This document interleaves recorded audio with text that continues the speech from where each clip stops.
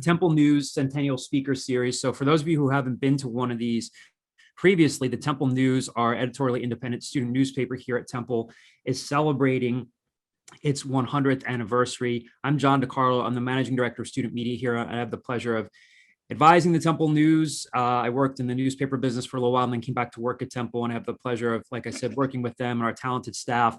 Isabella DiAmore, who's our sports editor at the Temple News.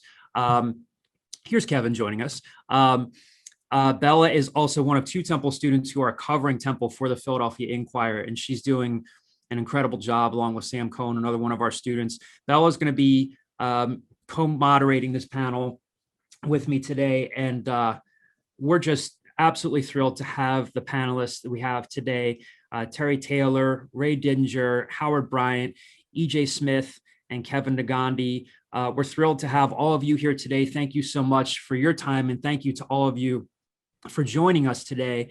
And the one common thing that binds all of our panelists together is, before they went on to the wonderfully accomplished careers that they have today, they got their start at the Temple News, and we're always grateful for the time that they give to us. This is by far not the first time. I want everybody to know that this isn't the first time that all of our panelists have given their time to us. They've been at past reunions, they've spoken to classes, and we are just beyond fortunate to have them with us today. What we're going to do is Bella and I are going to facilitate the first couple rounds of questions, and then we will open it up to all of you. You can raise a virtual hand if you're comfortable doing so. If you want to drop a question in the chat, we'll get to as many as we can. So the first question that we did want to start off with our panelists is to just have them go down the line and just talk about their time at the Temple News. I've heard them talk about their time at the Temple News before. It's such a treat. And again, I really appreciate them being here. Kevin, are you with us? You can hear us okay?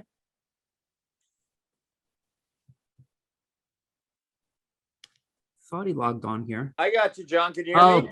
Yes, we can hear you, buddy. Thank you. Kevin, thanks for being with us today, buddy. We'll start with you because I know that you're doing SportsCenter solo tonight, and I know you might have to jump off at some point. So we really appreciate you being with us. What we're doing is to start things off here. We're going right down the line and asking our panelists to talk about their time at the Temple News and how it shaped their career. And we'll start with you first. Well, first off, John, thank you for inviting me. I'm honored to be here with this esteemed panel of talent. I'm proud to call them Owls. That actually gives me great pride, especially when you're here at the Worldwide Leader and you've got to hear about Syracuse and Northwestern and all the alums. Like, I would stack what we can do and what Temple has done for us against anybody, especially the experience. And for me, it started at the Temple News. So I do want to apologize. You mentioned it. I've got to go at 3:30 because I've got to do a solo SportsCenter tonight for the 6 p.m.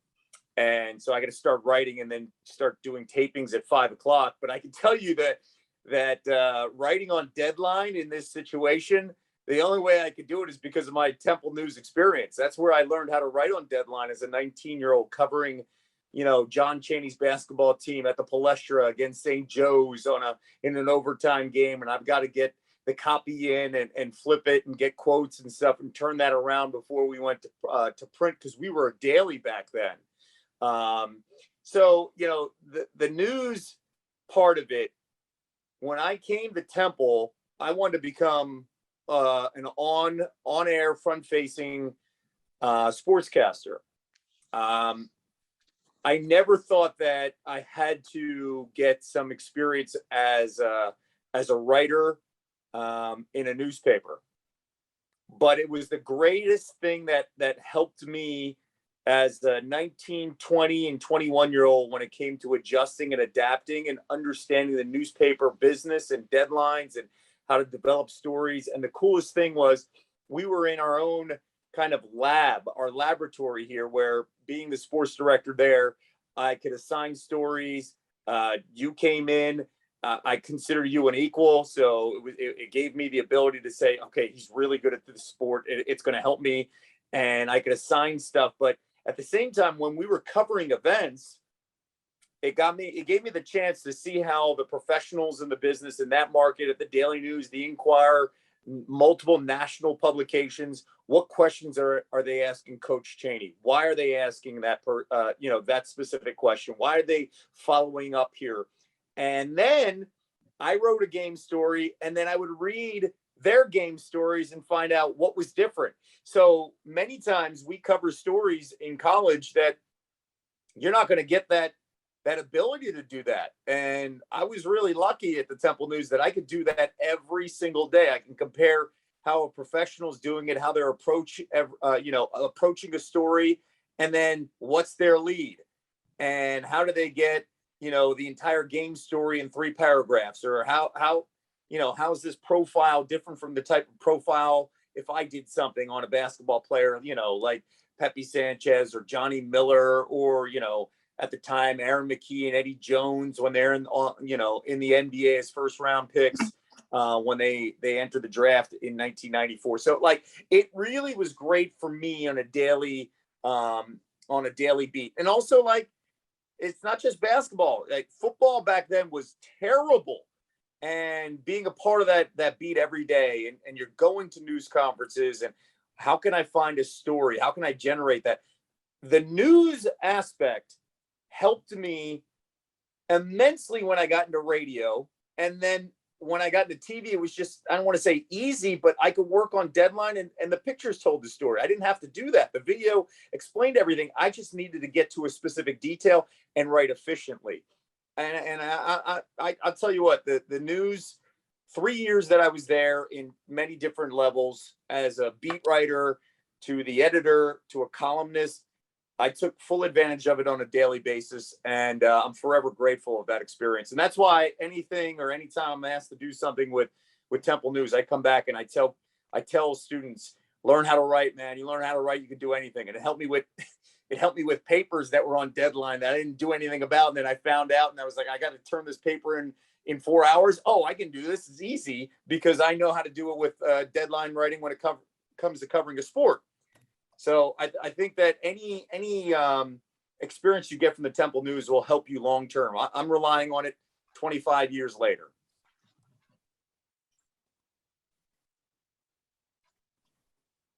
I think by now I'd be good with unmuting myself, and I'm having just a rusty day with it. My apologies. Thank you, Kevin. I appreciate it. Terry, I'd love to go to you next. For those of you who do not know, Terry was a longtime sports editor at the Associated Press, the first woman to be a sports editor at the Associated Press. Terry, I've heard you talk about your time at the Temple News before, and it's such a treat, and I'm looking forward to everybody hearing about it now. What are your memories of being at the paper? Well, my memories, I jotted this stuff down at 2:00 this morning, so I hope this makes sense to everybody. I'm not going to even ad lib, so let me just take a crack at this here. Okay. But my first paragraph is true, and I can certainly do this off the top of my head. I owe my career in journalism to the Temple News, and that is not an exaggeration. Within a week or so of arriving on campus on the Wilmington Local from Chester, where I grew up, I found the news in the Student Activity Center. I can't remember whether it was the top floor or the third floor. Which one was it? Was it at the very top of the isn't it still in the building on the corner? It's we're in this. Yeah, it was on the top floor at one point when I was there in the 90s. Now we're on the second floor, but yeah, it was probably at the top floor at that point. I keep seeing a stairway that didn't go anywhere, so I was pretty sure it was the top. Yes, that's still there. Yep, that's stairway. Yep. Mark Helms was the editor-in-chief of the paper when I was there, and Mark went on to fame and glory at KYW and retired, I guess maybe about a dozen years ago or so. But Mark Helms was there, and boy, he was pretty lanky at the time. I saw pictures of him recently, so he filled out a little bit. Somebody parked me at a table with a typewriter and gave me an assignment, and that was it. I was in. But you had to go through this, sort of a hazing thing. They looked at your stories, they wanted, and it wasn't, I wonder when I think it was maybe a couple of months before they told me I could get a byline. I'm not a byline, but I could be called a Temple News reporter. It just took a while. Is it still the same thing there now? I mean, you don't get a Temple News byline right away or whatever you do. Anyway, you had to work for it. You had to prove yourself. So needless to say, I was thrilled. And it was a raucous room.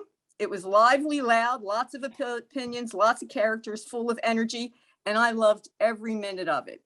So eventually I quit getting the train home. It was the fall of 1970 when I got there. We had at least 3 Vietnam vets on the staff. And within 2 years, we had Watergate reporting from the Times and the Post to set a standard for us. It was all we talked about. The news was the best place in the world to be. It was electric. My train rides home eventually stopped, and I drove every day so I could stay late at the paper. And when I say late, I mean late. I can still recall Ike from the printer's office in West Philly yelling, "Roll 'em," when he walked in at 2 o'clock in the morning. And, you know, lots of times we weren't rolling anything at 2 o'clock in the morning, and he had to hang around and wait for us to put the paper to bed. Mm-hmm. Eventually, I was reporter of the year. I don't know if you still do that. I was so thrilled. They gave it to me at a bank, at a dinner. We always had a dinner down at Jimmy Tyoon's place on South Street. So we'd give little awards to each other, and it was like a dress up night. So I was reporter of the year, and I handled just about all the editing jobs at the time. I was city editor, copy editor, and I think I was an editorial page editor one summer. Ellie was big on editorial page stuff. I think I did that. I can't swear to it. Never did entertainment or photos, and I didn't go near sports except to talk to Joe Giuliano. That was my extent of my sports dealings. One day on campus, Bob Greenberg, who was a managing metropolitan editor, maybe managing editor of the Inquirer, showed up and interviewed us for Inquirer internships. His interview with me was like this. He held a paper in front of him and read the Inquirer that morning, and I like jabbered nonstop on the other side of the paper. And he made me a nervous wreck, and I kept talking and talking and talking. And I said something to him, and he looked from behind the paper and he said, "Would you repeat that?" And I can't remember what I told him. That got his attention. Thank God, finally. I got the internship. I think I just talked his ears off, and he was sick of me, and he just gave me the job like right there. So anyway, I got an Inquirer internship. That led to a job at one of the Knight Ridder papers in Charlotte when I graduated. Gene Foreman was a managing editor, and he made phone calls for me. See how that happens? I mean, Greenberg took me, then Foreman made a phone call. I spent 3 years in Charlotte looking at Charlotte checkers hockey, which drove me nuts. It was like slow-mo hockey. So, and when I got back here, the first person I saw at Philly airport was Bill Flett. They traded him. I think they traded him to Toronto, if I remember correctly. And I went up to him and I said, "Are you Bill Flett?" Of course he was. He was bigger than everybody in the airport. So I said, "Hi, I really like you. You were like one of my favorite." I didn't know. I just wanted to talk to somebody. So anyway, so I came back, and I worked at the Charlotte News, came back, worked at the AP, and the rest is sort of history. I ran the desk in New York, in Philly at night. And let me just see. The Temple News tested us every day with editing fights, blown assignments, grade assignments, and speaking of assignments, class assignments that were overdue. 3 of my Temple News colleagues are still my best friends. One's going to call me tonight. And for sure, I know I could not have run AP Sports for 21 years without the life lessons learned in that big old room at the top of the stairs, the Temple News office. So thank you. Thank you, Tara. That was beautiful. Appreciate it. Ray Didinger, we'll go to you next. Those of you who are Eagles fans, if you've grown up in this area, you know Ray's a Hall of Fame sports writer. Can't think of anything Ray hasn't done. He's written books. He's brings us knowledge after Eagles games. He's been on the radio, been involved in plays. I'll just get out of the way here. Ray, thank you so much for being with us today. Ray, what was your time like at the Temple News? Very much like Kevin and Terry. It was the best part of my college experience, is the best way to put it. I was a journalism student all 4 years. I felt like I had really good teachers and really good classes. But I really learned newspapering at the Temple News. I learned a lot of theory and I learned a lot of history in class, but there was nothing like actually going to the Temple News late in the afternoon into the night and putting it to practice and actually putting out a newspaper. That's where you learn how to do it, you know, and we had a great bunch of people there that were much like Terry. Some of them are still dear friends of mine to this day, and that's 50 years now. I remember I was the only person on the staff at that time who was an ROTC. And so I used to show up there every afternoon wearing my ROTC, my Army uniform. And this was 64, 65, 66, when Army uniforms were not considered high fashion on a college campus. And I remember when I first walked into the Temple News office to sign up and asked if I could write for the paper, Russell Peltz, who later became my good friend, turned to the guy next to him and said, "We're going to have to straighten this guy out." Meaning that was how ROTC students were perceived back in those days.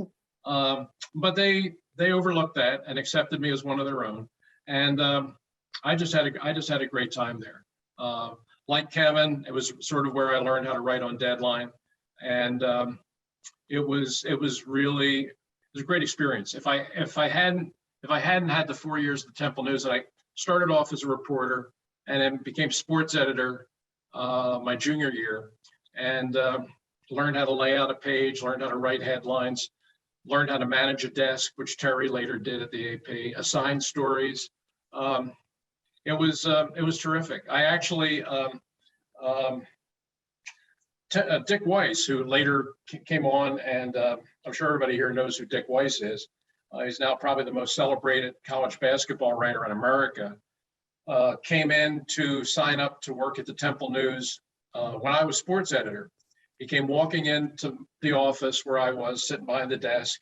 I'm sports editor. He's just walking in and introduces himself, says, "I'm Dick Weiss and I want to write for the sports section." And he said, "I want to cover basketball." And I said, no. Doesn't work that. You don't just come walking in here and say that you want to cover basketball. It's just not how this works. I got somebody that's writing basketball, but I'll tell you what, I need somebody to cover swimming. And so he said, "Okay, I'll cover swimming." So that's always been my claim to fame, that I took probably the most decorated college basketball writer of all time and made him cover swimming. So I didn't prove myself to be a natural desk person, but I think I learned how to write there. Thank you, Ray. Howard Bryant, will go to you next. Howard is with Meadowlark Media now. He's the executive producer of HBO's Back on the Record with Bob Costas. He's been at ESPN. Prior to that, Howard's written several books. He has one coming out soon on Rickey Henderson that I'm looking forward to reading. Again, Howard, I've heard you talk about your time at the Temple News. It's incredible stuff. So I'm looking forward to everybody hearing about that now. Thanks for being with us, buddy. I appreciate it. No, thank you. It's a pleasure being here. And it's good to see everybody. This is like an amazing gallery view. It's all on one page. Normally you have to scroll a couple of pages. This is pretty spectacular. And it's good to see you, Kevin. You look like you're in a hostage video back there. But yeah, I was going to say, are you in the office? You're still in Bristol? Yeah, I am. Every day coming into work. It's just great to see you guys. I don't have the room raiders. None of that, man. I just come in and room raider is giving you a 0. Exactly. Yeah, I failed that. Yeah, no, it's great to see everybody. And Ray, obviously, I remember when I first got to Temple News in the mid 80s, rather, to late 80s, we all looked up to everybody at the Daily News and everybody at the Inquirer. You guys were the ideal. For me, it was obviously the Boston Globe coming in from Boston, but I remember obviously that was what we wanted. We wanted to do what you did, and we wanted to be like you. And it's great to see everything come sort of full circle. And I remember when I was editor at in the fall of '90, I think my sports editor was Pete Thompson. Isn't that right, Pete? And there's Pete over here as well. So it's good that John is creating or making sure that we remain a Temple family. And, Kev, we had to put up with that as well. We were a daily as well, but it was like, well, what about the Daily Pen? It's like, no, we're just as good as everybody, right? Oh, yeah. We can compete with everybody. And I remember, I think Terry is 100% right. I mean, I owe everything that I've done in the 32 years in this career to that foundation. And I absolutely know, Terry, we were on the top floor of SAC because I used to sit my first semester at Temple. I used to eat my lunch every day, go to the food trucks, and I would sit on the top step afraid to go into the newspaper. And I didn't have the confidence. I was looking at all the other students going in back and forth and going, and finally in the spring semester of '88, finally had the courage to walk in the door, and been doing this ever since. And this was, that was the foundation. That was where it all started. And it wasn't just the newspapering part of it, although we really were, you were surrounded by people who were really committed to wanting to do this. And I think that was what I found so encouraging. It was like, as blustery as it all was, they wanted to be part of this. This wasn't a hobby for a lot of us. And I think what I'm fascinated by is that there are so many of us that are still in the business. Despite all the changes in the business, we chose that this was going to be a career for us. And it was. I remember specifically, in fact, for me, I've been covering sports the last 24 years, but I didn't cover sports at Temple News. I wanted to be on the op-ed page. I wanted to be in there with Steve Lopez on the Metro page at the Inquirer. I wanted to do what William Raspberry did and what Ellen Goodman did and what all those guys did. And I ended up going into sports. But I think the thing that was really most gratifying about being at Temple News was the fact that it was a top to bottom thing. You got in there and you went in and you did your stories and you did the editing and all that, and you put the paper out. And I know I think it was my generation where they started to bring in Max, and we were so against that. They were like, no, we're going to bring in Max and they're going to lay out the paper for you. And like, no.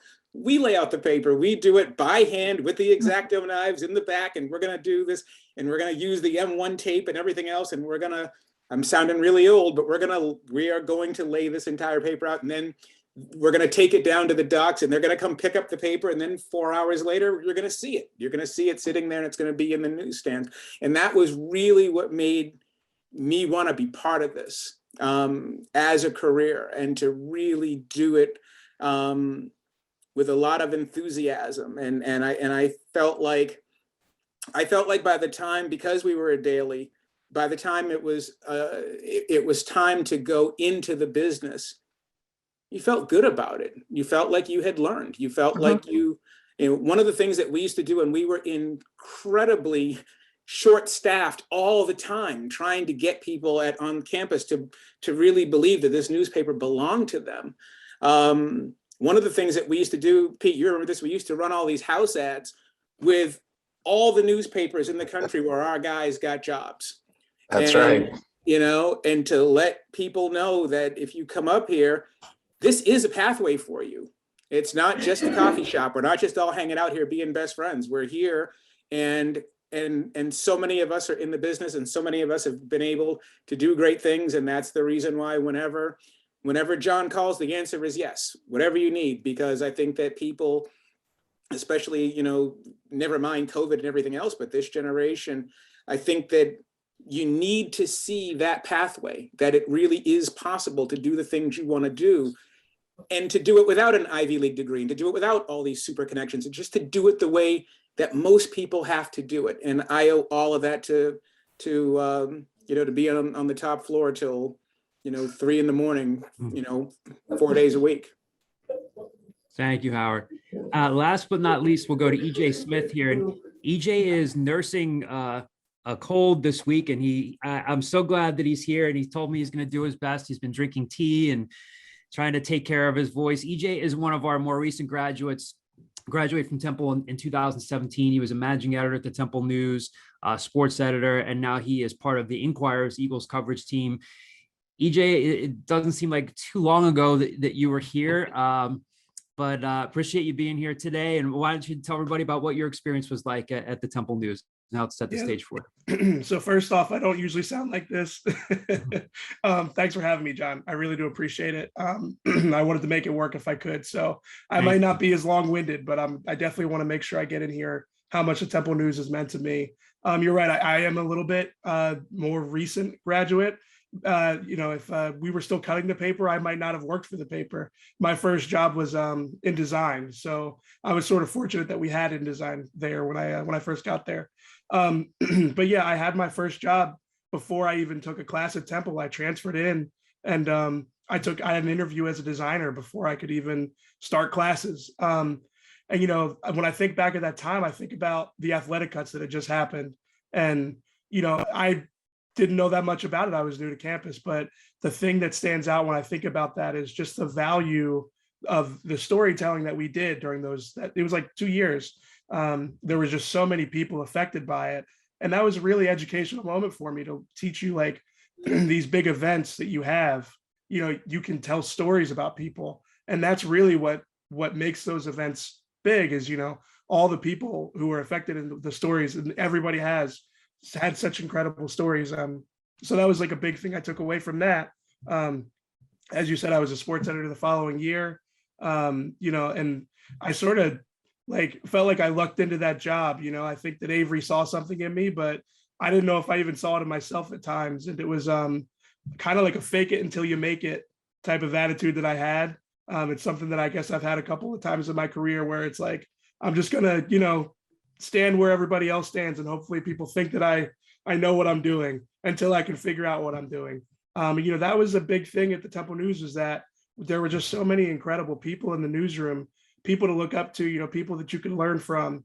When we're in the press box, has been mentioned already, you learn from the Inquirer and the daily news writers. But even just in the Temple News newsroom, there were so many people that, I could look at and I could say, okay, this is how we're supposed to do it. These were these people, we acted like we were pros, and some of these people were pros by the time they got to the Temple News. So that was just such a great experience being around people like that. I can list off a bunch of things that I still use during my time at the Temple News. It's not a coincidence that in my Twitter bio, it says proud Temple News alumni. I actually feel like I majored in the Temple News, not journalism, but, the newspaper and the art of, printing newspaper. And, that sports editor year, I always talk to people about it. It was the most influential year of my career, in my opinion. Just the amount of reading that I did, reading for editing. I feel like I made the biggest strides as a writer that year because I had to edit other people. I learned how to write as an editor. I learned more about writing, I feel, as an editor than I did as a writer, because it gives you a second to take a step back. Instead of writing 3, 4, 5 times a week, or sometimes it's 7 days or 7 times a week. Instead, it felt like, okay, I'm writing 2 or 3 stories a week, but I'm reading like 20 stories, and I still feel like I go back on those experiences to help me remember, okay, you have to write for editors in this business. You need to know how editors are going to look at your story. And that experience, most people don't have experience as an editor at 23 or whatever I was when I got the Inquirer. So that experience was huge for me. Writing on deadline, I've been doing it since 2013. I'm comfortable doing it because I had to, covering Matt Rule's teams, was just such a valuable experience. And I still use those connections today. I just wrote a story about that staff. You guys mentioned the friends you have from the Temple News. I had 7, 8, 9 people, and not in my wedding, but at my wedding, that I met at the Temple News. Some of my closest friends are still people I met in that newsroom. Bella can attest to this. Whenever I talk to Temple News, students, current students, I always make myself sound old because I'm cherish the connections you make in that newsroom. You're going to make some of the best friends you have in that newsroom. Some of my closest friends are from the hours we spent on Mondays going through the flats and, arguing about edits and, just the grind that we had. And, I still look back at that stuff with such fond memories. So again, I don't want to, exhaust my voice in the first one, but I do want to make sure that you guys know how much Temple News means to me. The last thing I want to tell you that I still think is hilarious is that like my dad's basement is like a certified man cave. It's got like, you know, posters of great athletes. And like the only real contribution that I have, because my dad was a college athlete, my uncles were college athletes. The only real contribution I have is like my favorite sports front when we did like an enterprise package. So he's got one newspaper frame that has nothing to do with me. It's just my favorite story that I wrote at Temple. So again, thanks for having me. I really do appreciate it. Thank you, EJ. I appreciate it. Like I said, what we're going to do here is ask one more round of individual questions to each of our panelists, and then we'll open it up. Kevin, I'll start with you. Again, Kevin's got a run, as he told us at the outset here. So Kevin, I'll ask you this before you get going. Again, we really appreciate you being here. So the one thing I wanted to ask you is, you know, you've hosted some big shows in your career. Most recently, you hosted ABC's first NBA draft show. And, you know, when we see you on TV, you're calm, you're composed, you're confident on the air. I was hoping you could talk to the people in attendance, you know, what goes into that preparation and what advice would you give students when it comes to just being confident on the air? I know it's not something that happens overnight, but maybe just giving them some insight into how you were able to find your voice and what goes into just being confident on a night like that when millions of people are watching you. That's a really good question, John. I can tell you, and I think anybody that's ever done, you know, something on TV, you never go in thinking, yeah, I'm the man or I'm the woman. Yeah, this is going to be great. No, that's kind of the attitude is that, hey, do I know this stuff? If I know this stuff, let's just go in. Let's talk about the content, right? I always get questions. Are you nervous? Heck yeah, I'm nervous. All of us are nervous. Like you're covering an athlete before a game, they're nervous. It's just kind of processing what kind of nerves are they? Are they good nerves? Because if they're good nerves, that's a great thing. Are they bad nerves? If they're bad nerves, then that seems to work against you. So it's just controlling that and going in with a mindset that, why am I here? I'm here to serve a purpose. It's not about me. I've caught myself many times finding a way to kind of say, Kev, just your mom is watching you. Just talk to your mom at home. And that has helped me immensely. There are moments where I know my 9-year-old, my 7-year-old is watching because they love sports. It's just like, how would I talk to Brandon and Noah right now? That has helped me many times on the air. That specific night on ABC where we're doing the first ever NBA draft on that network, man, I was so excited and pumped up, but I also knew that I did a ton of research. I had found out that I was going to replace Maria Taylor for that gig 6 days earlier. What I relied on, though, was the entire season of college hoops. I was working in studio Monday and Tuesday night, so I was prepared. So not only was I, wearing the hat of, SportsCenter anchor, I was going. As soon as the 6 p.m. show was over on Monday and Tuesday night, I'd cross the hallway, go from Studio X to Studio Y, and now I'm doing halftimes for college basketball. I use all of that background and preparation to help me that night. And in the end, I'm not doing breaking news on, something tragic. I'm talking about the NBA draft, something I passionately love. So I tell anybody that make sure whatever you're doing, you understand why you're doing it. What's the purpose of you being on the air? And it's about the audience. You're there to educate the audience. You're there to add a nugget. You're there to have a good time. It's not about you. And too often we can sometimes go into this thing and say, well, how about me? How about what am I getting out of it? No, your job's not that. Your job is, how can I service the audience? It takes a lot of work. It takes a lot of time. It takes a lot of mistakes. So any advice I would pass on to people that are, 20, 21, 22 years of age, trying to do that crossover. Do I want to do, print? Do I want to do radio? Do I want to do, TV? Or do I want to do social media? It takes reps. Reps. I've been at ESPN for 15 years. I am a completely different anchor than I was 15 years ago. I'm a different anchor than I was 5 years ago. I'm a different anchor than I was a year ago. It's just finding a way to get better, work on that, and continue to do it. So that would be my advice. Make sure you're prepared.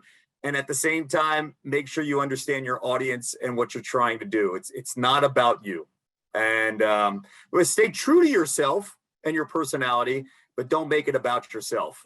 Make it about the subjects you're covering and the sport that you love or the job that you love and the reason why you got into it in the first place. So I apologize that I've got to go, but it's just great seeing so many great faces. It makes me super proud. John, thank you for having me. Well, thank Howard, you. I can't wait to get the book. It's great to see EJ, lemon, honey. Let me tell you, lemon and honey. Let me tell you, lemon and honey. And then one little secret, suck on some pineapple. It's crazy. It's crazy.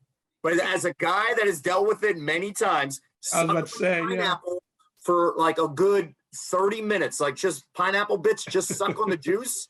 It helps you. Trust me, if you do it 2 days, your voice will be back. I should have messaged you before this. Yeah, I should have reached out. No, well, you're going to need it this weekend if you're doing something for Comcast or if you're doing something for the Inquirer digital show and all that stuff. So honestly, it's just great to see so many great faces. You guys make me really proud. And I just love the solo flex there from Ray and all the Emmys. One day I want to be like Ray Didinger. All right. Thank you, Kevin. Thank you, Kevin. Nice to meet you. Nice meeting you. Kevin. Good seeing you guys. See you, Karen. Pete, love you. Yeah, right back at you, Kev. Thanks, Kevin.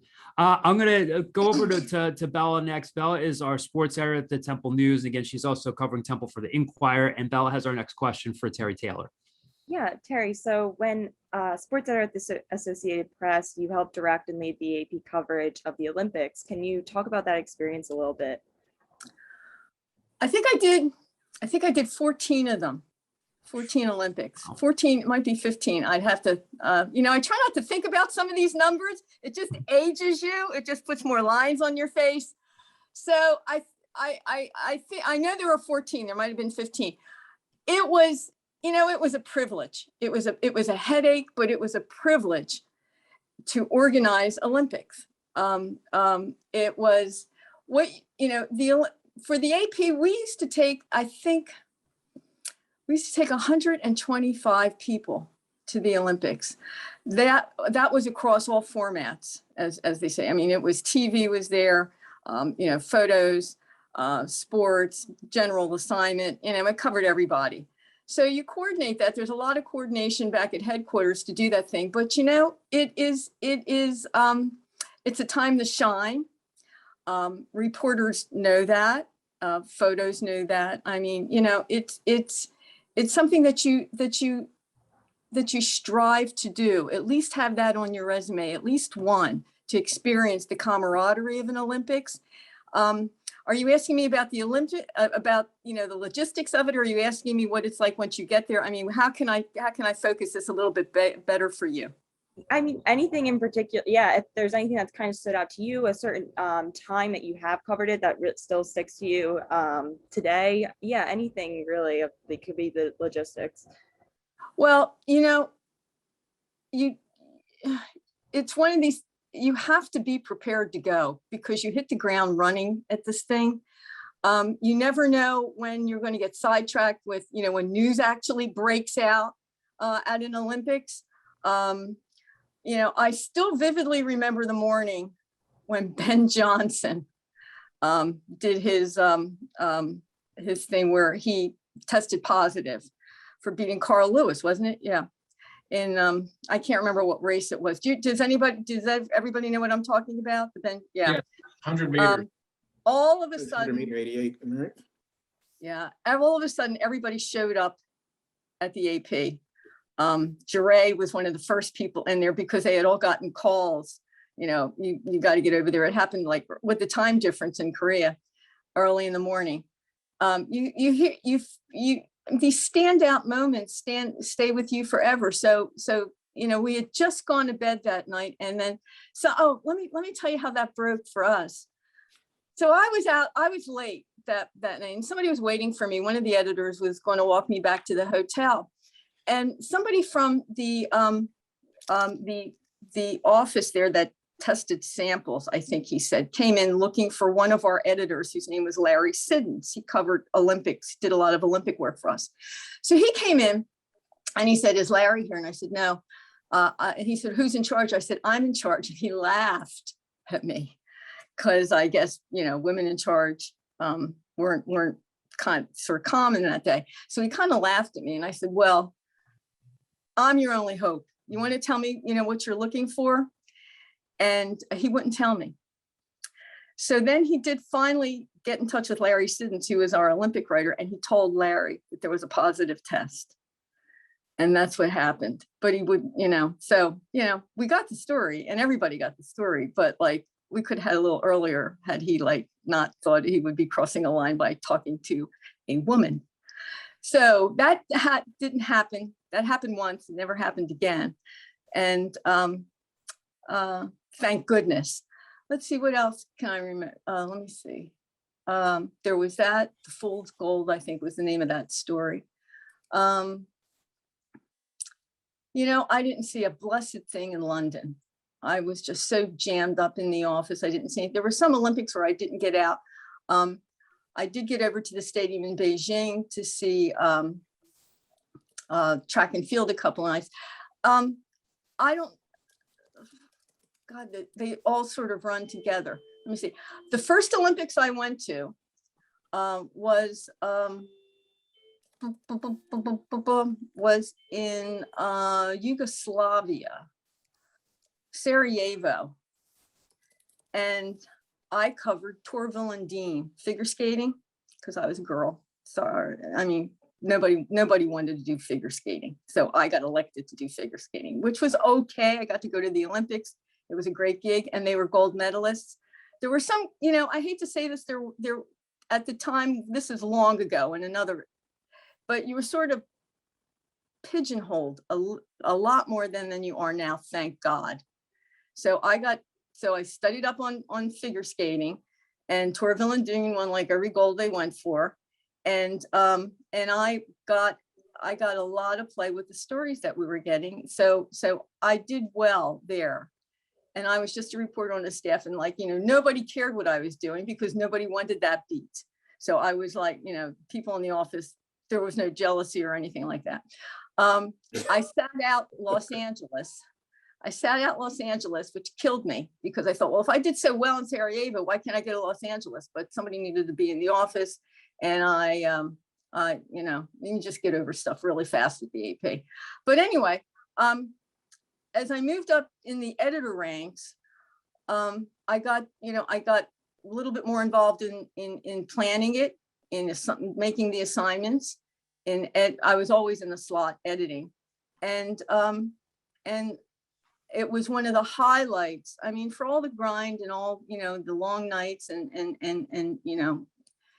the no days off that you put in, Olympics more than made up for it, and that's where it was a chance to shine. And I think our crew shined more than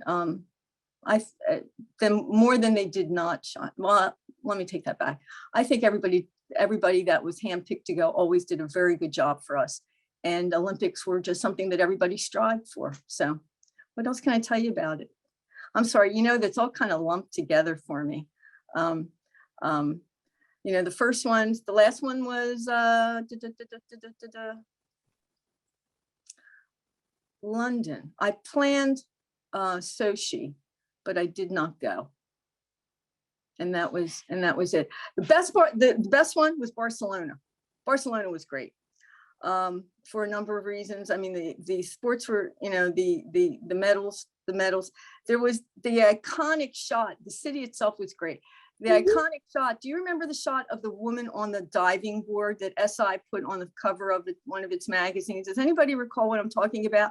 With the cathedral in the background, and she was on a platform board, and you could see Barcelona in the background.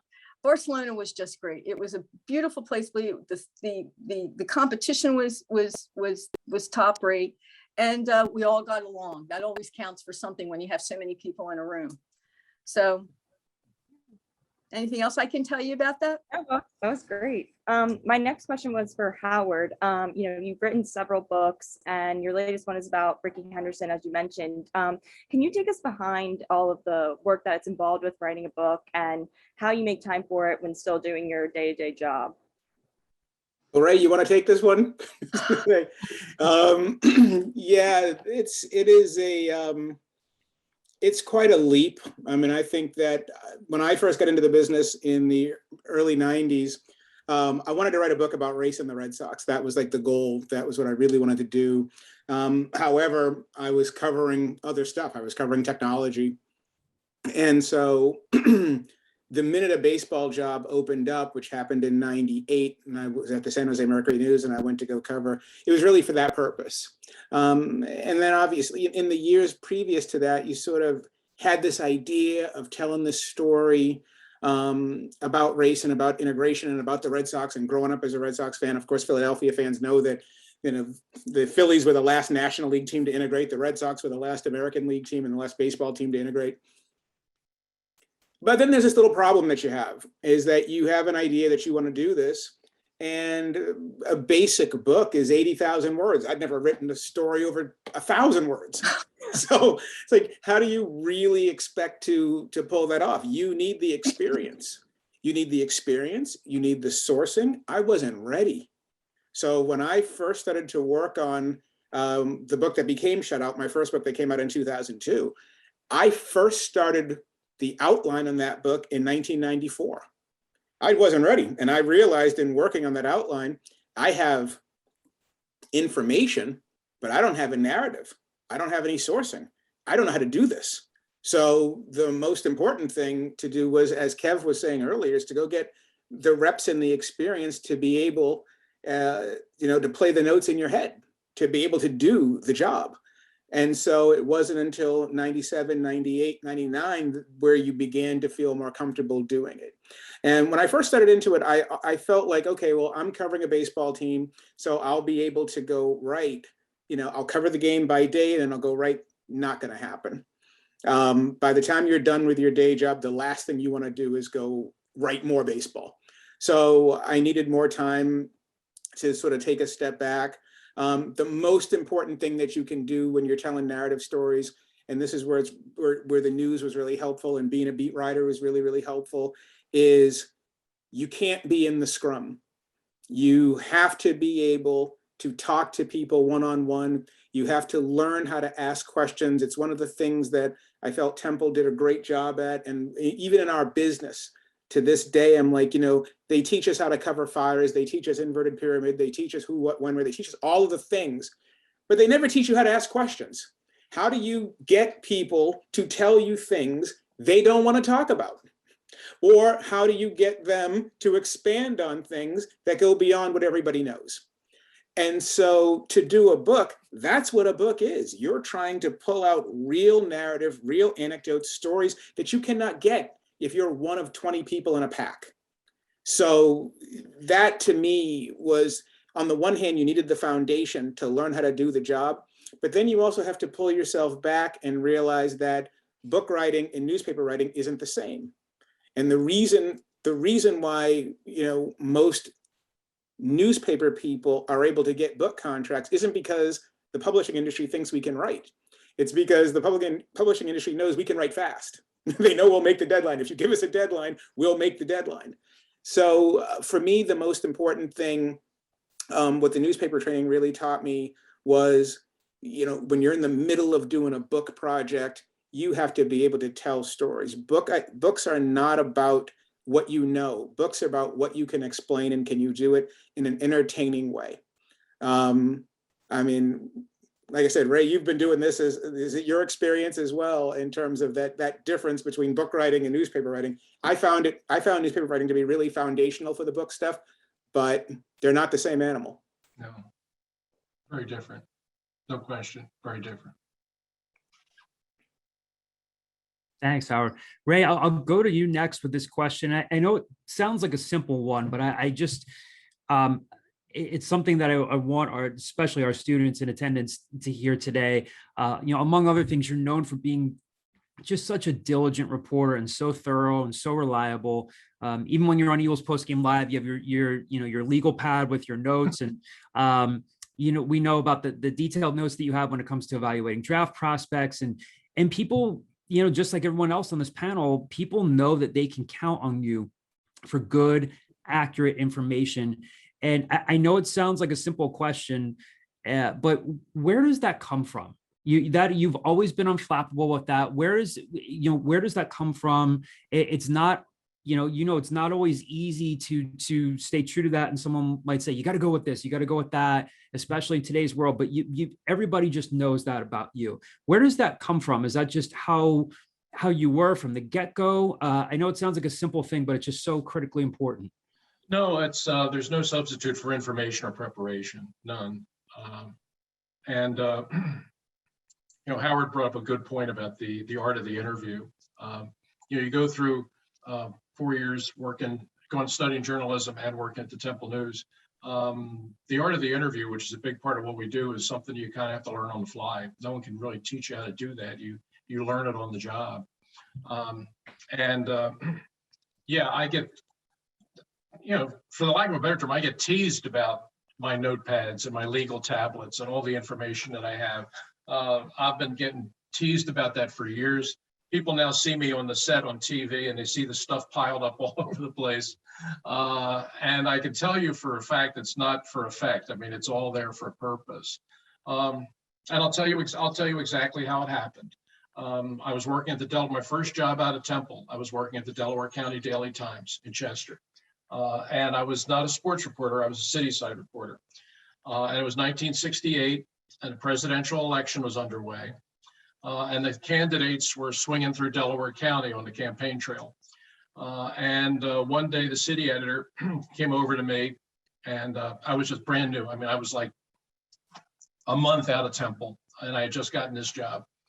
And he came over to me and he said, George Wallace, who was running as a third party candidate, was having a press conference that afternoon at the Holiday Inn on Industrial Highway, Route 291. And he put it on my desk. He said, George Wallace press conference, noon, Holiday Inn. And he said, you cover that. Okay. I was in the midst of writing something else for that day's edition. I barely got it done in time to jump in my car and drive to the Holiday Inn. But I had been told it was a press conference.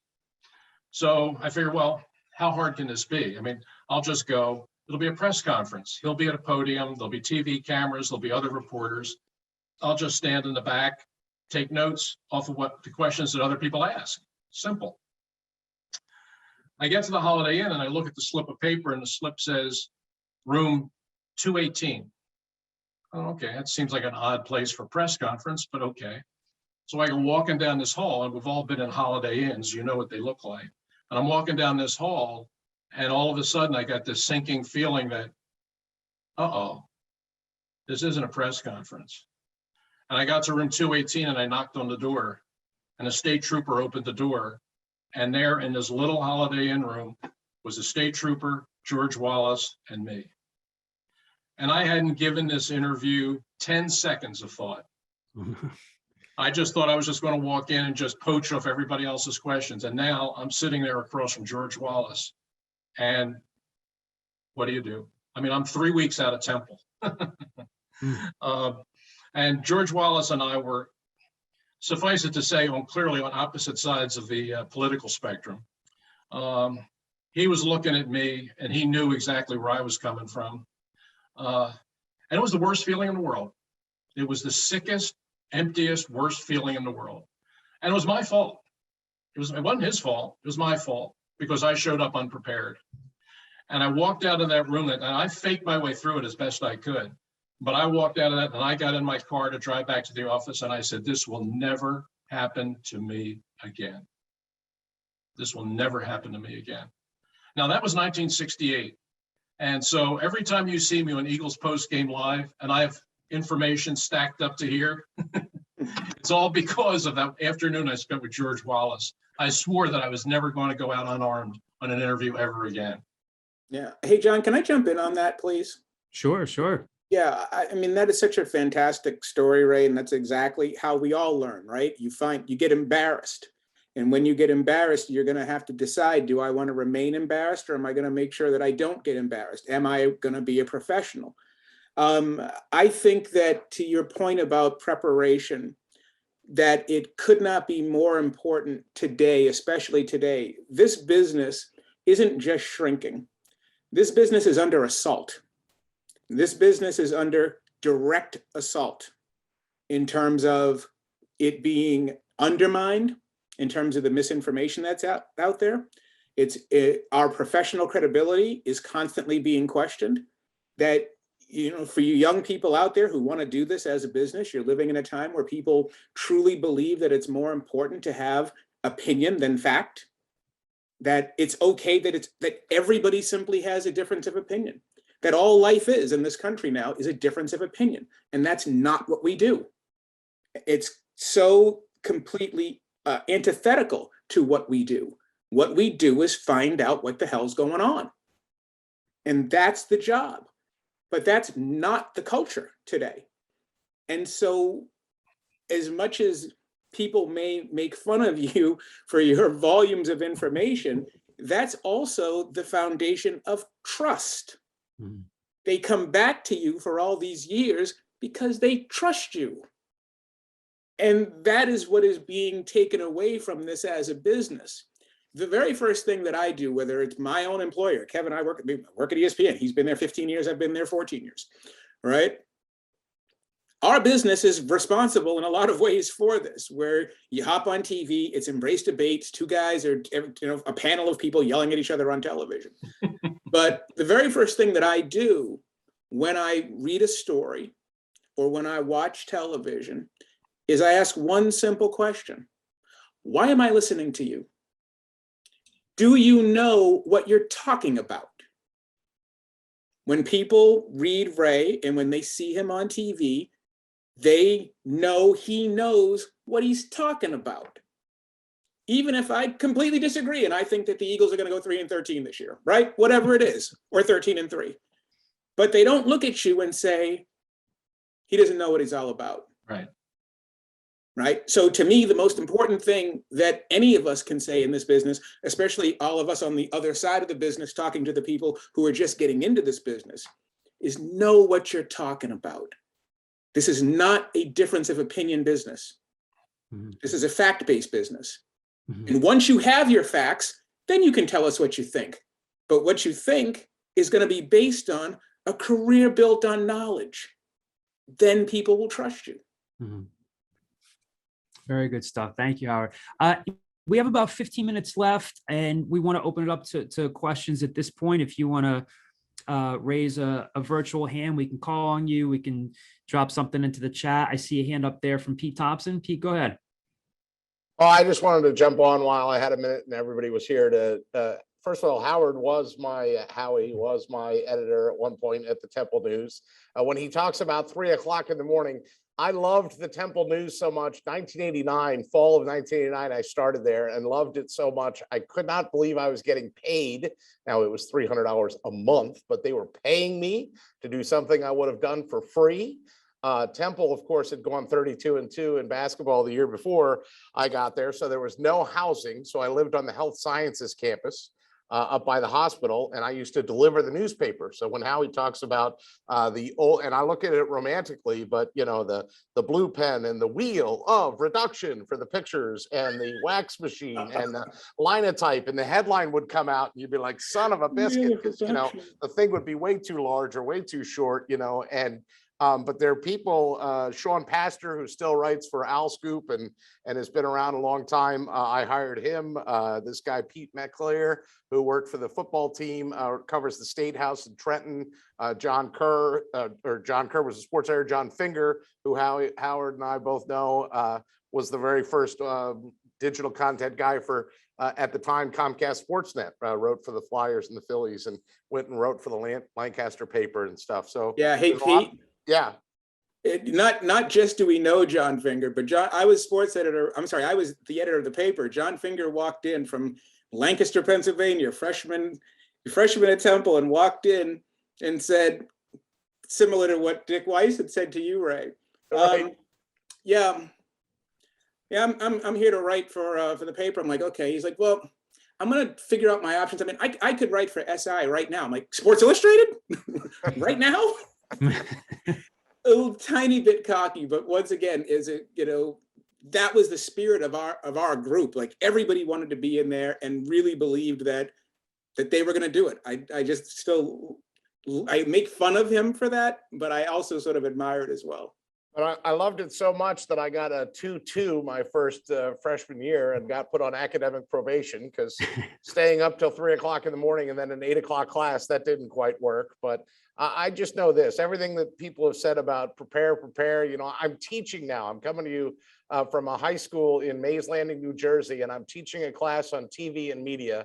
And mine's an elective, but so we sort of cover the gamut. But I was at the Temple News, then I was at WRTI, then I interned with Gary Papa, and that led me to a 23-year TV career of on-air TV. They shut down NBC 40 down here near Atlantic City after I spent a decade there, and so you know, I got into the education field, and so I'm trying to pass along to 14 to 18-year-olds what we learned at the Temple News and at Temple University, which is, you know, I mean, what was that famous quote? Prepare for an interview, but disguise your ignorance when you don't, right? Ray's probably laughing somewhere about that. Poor George Wallace had no idea what was coming. But yeah, I have fond memories of that. And Charlie Theokas in the Veterans Stadium press box giving me this figure. Come here, son, I want to talk to you. That column you wrote, blah, blah, blah, blah, you know, because how dare I say that Temple football was terrible? It was, but you know, it was a wonderful time. And I just think this panel is great and happy to be on. Thank you, Pete. It's great to see you. Thank you. AJ, we'll go to you next. What's your question that you have for the group here? Hello, thank you to all the panelists for coming out. I understand how big of a time commitment that is, and I appreciate it. My question is for you, Howard. I know you talked about how to get in that in-depth reporting through interview questions, and how that usually can't be done when you're in that group of people. Now, how do you really distinguish what is over the line and what is good reporting when it comes to interview questions? Yeah, I'll be quick. I'll make this a speed round because I know that other people have their hands up. This is a business of relationships, especially when you're on a beat. EJ, you know this, you're walking in the room. You're walking in a room, there may be, if a football team, 53 guys, maybe you're gonna get tight with 9, 10, 11, 12 of them, somewhere in there. Basketball, there's gonna be a few go-tos. The most important thing you can do is just do not blindside people. You have to be able, when you walk in the room, because they can spot you. They don't want you in the room. You're in their territory. It's hostile territory. So what you have to do when you walk into that room is, if you're the guy who only talks to them when they mess up a ground ball, you're dead. You're a dead man, because they'll be on the team plane talking about you as don't talk to that guy, they'll kill you, right? What you have to do is you got to treat them as people, man. Go in there, you talk about fantasy football, talk about music, talk about them, talk about their kids, talk about life, make them know that this is what it is. Because especially in baseball, where I come from, you're with these people from the second week of February all the way to October if they're a good team. So you're spending every single day with these guys. It's not like football where you have less access, but you're with them all the time. So what you're really trying to do, if you want to do something and learn about people, that you want to be able to write things that go beyond, Bryce Harper's got a sore ankle, then you really have to spend the time to get to know them, so then they talk to you. And that's what takes so much time. This is one thing I always say about journalism and about writing is, there are no 15-year-old prodigies here. You can be Beethoven in music, right? You can be, you can be Shirley Temple, or you can be, Macaulay Culkin, or whatever child star is out there, right? This takes time. You may be a prodigy in terms of your ability to turn a phrase, but in terms of knowing people, understanding life, this takes time. So take the time to get to know your sources. Spend time with them so they look at you and they know that this guy's not here to screw me, because that's what they believe, right? This is what I mean about building that relationship, building the trust, piece by piece by piece. And when you're in that room, they all think that you're just fans anyway. So if you're the guy in the middle of the locker room watching TV, don't be that guy. Always make sure you're in that room working so they respect you as a professional. Make sure you're talking to somebody when you're in that room, because especially with your business, with your generation today, they all think you're filming them or surreptitiously taping them anyway. So make sure when you're in that room, they treat you like a professional, they respect you as a professional, and that you act like a professional, and then things will start to happen. Okay, sounds good. Thank you so much. Now, You're would you have any suggestions on how to do that with still a COVID impacted world? Yeah, it's way more difficult because face-to-face is always the best way. I think that the most important thing you can do, depending on how access works, the ability to acquire cell phone numbers and text is everything. I mean, especially because this generation, they don't talk to each other anyway, right? Most of you guys all text each other in the first place. So, use the mediums that they use, that you use, and it's going to take way more work than it did for us when you could just walk in, to spring training and you could talk to 20 people. But every chance you have to get to speak to somebody face to face or deal with them one-on-one, so you get to know each other as people, there's no substitute for it. John, can I jump in on that one? Sure. If you can hear me okay? Yeah, sure. Go ahead. Yeah, I mean, I deal with this every day, so I figured it'd be good. Like on the beat right now, we get a little bit of FaceTime with guys, but it's a lot of virtual, it's Zoom conferences. And I would give the one piece of advice that I found really helpful is you need to figure out the way that I've developed relationships with guys on the last 2 years on the beat when I haven't been able to, have conversations face to face with guys is to do stories, do stories about them or about the people around them. And then, sort of become close with the people around them. And then they can start to recognize, okay, this guy has talked to my mom, my uncle, he's talked to my high school coaches, he's talked to my college roommate. And then it turns into, okay, well, now I know that this guy, again, has a respect for me as a professional. It's like a two-way street with the respect level. And then it brings me to something you used to tell me, John, which is from there, they have respect for me as a professional. I can write that they, dropped the pass on a crucial third down or, missed a block or missed a tackle. And they know I'm just being fair. It's they know me on a personal level, so they know that I'm not trying to kill them. And if I have to write that, they know I had to write it. So I would say that that's one of the biggest challenges of my job right now is, I'm new on the beat and I only had 1 year of locker room access. So a lot of it turns into, trying to get close to the people around these guys so that they can start to recognize you. And then they will be willing to help you with stories. Thank you, Jay. Great. Thank you all so much. Eric, we got about another 5 minutes left. Eric has his hand up. Eric, we'll go to you next. Of course, thank you, Mr. Carlo. And I kind of have a question for the overall panel, an incredible panel. Thank you for getting to talk to all of us today. When it comes to the job process and for you all working in looking at on-air reels, putting that together today, and also the journalism side, along the way of your journeys, what are the best tips you have for making your content, making your voice stand out when it comes to jobs, especially in this day and age where Twitter and LinkedIn, putting your content out there as much as possible, everybody's doing it.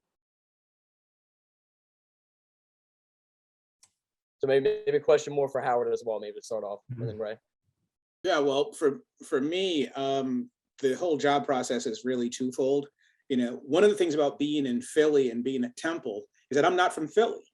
And so most of the people in that school were from Philadelphia. And so, Pete and, a lot of the guys at the news, they wanted to work for the local papers and their families were from there. So they really stayed, a lot of those guys stayed home.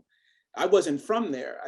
To me, or at least from a newspaper standpoint, you had to really cast a wide net. I was willing to go anywhere in the country to work. You have to go where the job is. There were some people who were really, really lucky who got caught on with the Inquirer, caught on with the Daily News, caught on Bucks County, whatever. They got to stay close to home, just like the folks, up in Boston got on with the Globe or the Herald or whatever. But for me, it was always go out and find the job, go wherever the job is, and that will, you'll have more opportunities experience-wise. In terms of the business, in terms of how it works now, getting yourself out there, I still believe in the foundation. It's almost like a Christmas tree and ornaments, right? What is your Christmas tree and what are your ornaments, right? I mean, they used to tell us as when I started out in the business, that nowadays, instead of just being a newspaper person, now you had to know how to you know, how to write, you had to know how to do TV, you had to know how to do radio, you had to do all of these different things. And then I would ask the question, how do you get good at something if you're doing 10% of everything? Right? That to me is a recipe for mediocrity. You're going to be really somewhat okay at a bunch of things, but not really good at anything. So to me, that's the toughest challenge for your generation, because they've got you doing a little bit of everything. I still feel that the winning formula is to know more about your subject than everybody else, is to whatever that level area of expertise is for you, hammer that down, make that your Christmas tree, and then make the rest of the stuff the ornaments. Because I just don't believe that you can be top-notch at TV, top-notch at writing, top-notch at radio, you know, top-notch on all these other different things. There's just not enough time to be good at one thing. So I don't know, John, how you talk to your students about that. I know there's been a difference in philosophy, but for me, after this amount of time in the business, I have just found that as the business shrinks, what you know specifically above the rest is more important than being a mediocre jack of all trades. I think you make a great point, and it is tough with today because students are taught that they have to learn how to do a little bit of everything, which I think is true. But I do tell them, like, figure out what you want to do and what you don't want to do, and both things are equally important. I remember Howard, I remember you talking about this when you were at the Sports Media Summit a few years ago, and I think it resonated with people. So thank you, I appreciate that. We Great are. advice. What's that, Terry? I said it was great advice, Howard. Yes. Yeah. Yes. Absolutely. Well, especially because the business is changing, because it used to be when we were going up to Temple News, we didn't talk to the TV guys. That was RTF. We didn't deal with them at all. And now this generation, you guys are expected to know way more than we were supposed to know. Yeah. Yeah. We are right up against it at 4:15. This was incredible. Terry, Ray, Howard, EJ, Kevin, who had to hop off, of course. Thank you so much for being with us today. We are incredibly blessed to have you in our network and to have you spend time with us today. We can't tell you how much we appreciate this. Thank you to all of you for logging on Zoom today and being with us. And we're going to be doing more of these throughout the year to celebrate the 100th anniversary of the Temple News. So stay tuned for more of them. And just thanks for being with us today. We really appreciate it. Thanks for having us. Oh, thank you, for having Terry. us. Thank you so much. Nice to meet everybody. Nice to meet all of you. Thanks you very John. much. Thanks, Thank Bella. you. Good luck to All the right. students. Enjoy. Thank you so much. Thanks.